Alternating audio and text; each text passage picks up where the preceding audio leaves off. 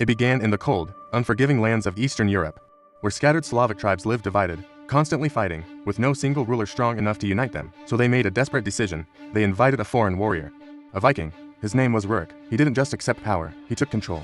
He placed his men in key positions, secured trade routes, and established order where there had been chaos.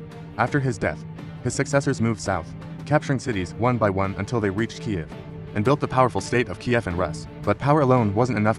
Years later, a ruler stood before his people with a decision that would change everything. Vladimir the Great. He wanted unity, not just through force, but belief. So he sent envoys across the world to study different religions. When they returned, he made his choice. He ordered the people of Kiev to gather at the river. Thousands stood there, unsure, silent. And then, one by one, they were pushed into the water and baptized.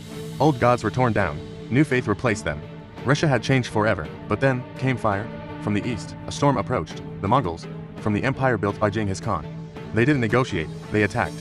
Horsemen rode at full speed, arrows flying through the air before anyone could react. Cities were surrounded, walls broken, homes burned. In 1240, Kiev fell, people were slaughtered. Survivors were left with nothing. For years after that, Russian princes were forced to travel to Mongol rulers, to kneel, bow their heads, and beg for permission to rule their own land. Refuse, and die. But one city waited, quietly growing, watching, Moscow. Its leaders played the long game, cooperating, gaining trust, building strength. Then came a man who would change everything. Ivan III. He made a bold move. He refused to pay tribute. Armies gathered. Tension filled the air. Both sides stood facing each other, waiting. And then, the Mongols turned back. After 200 years, Russia was finally free. But freedom came with a price. Power changed men. And no one showed that more than Ivan the Terrible. At first, he ruled wisely, building, expanding, strengthening. Then something broke. He created a secret police force. Men in black rode through cities, dragging people from their homes. Accusations meant nothing. Suspicion was enough. Entire towns were destroyed. Even those closest to him were not safe. Russia was no longer just powerful. It was afraid. Years later, a new ruler rose, not with fear, but ambition. Peter the Great. He looked at Europe and saw a future Russia did not have. So he forced change. He cut the beards of nobles with his own hands, ordered people to dress like Europeans, built a navy from nothing. Then he chose a swamp, cold, wet, and deadly, and ordered a city to be built there. St. Petersburg. Thousands worked, many died.